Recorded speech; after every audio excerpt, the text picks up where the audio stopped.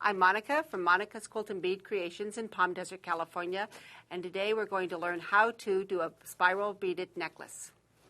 The first thing that you want to do is you want to determine what you're going to start out with.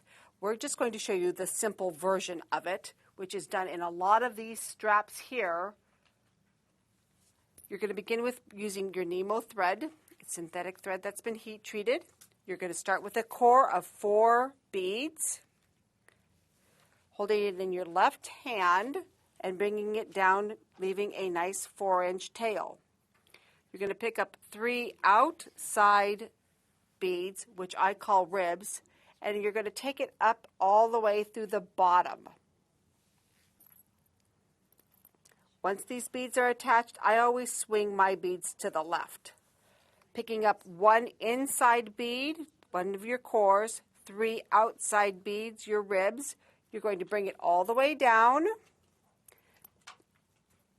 and you'll go back up through the center of 4 beads starting from the top. 1, 2, 3, 4. Take your needle all the way up through those 4 beads.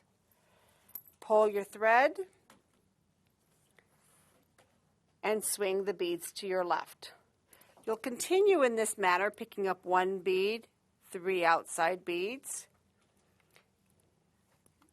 until you have your desired length. This is one of everyone's favorite pieces to do. We use these for necklaces themselves, straps, all different kinds. Once you learn the basic spiral rope, using any size beads you want, these are size 6, you can use other beads and go back and surface embellish the spiral rope, as we've done here with pearls, or you can double surface embellish it, like we've done with this piece, and you can add beads to the outside as you're doing your cores. I've added chips, so my count was a little different on this.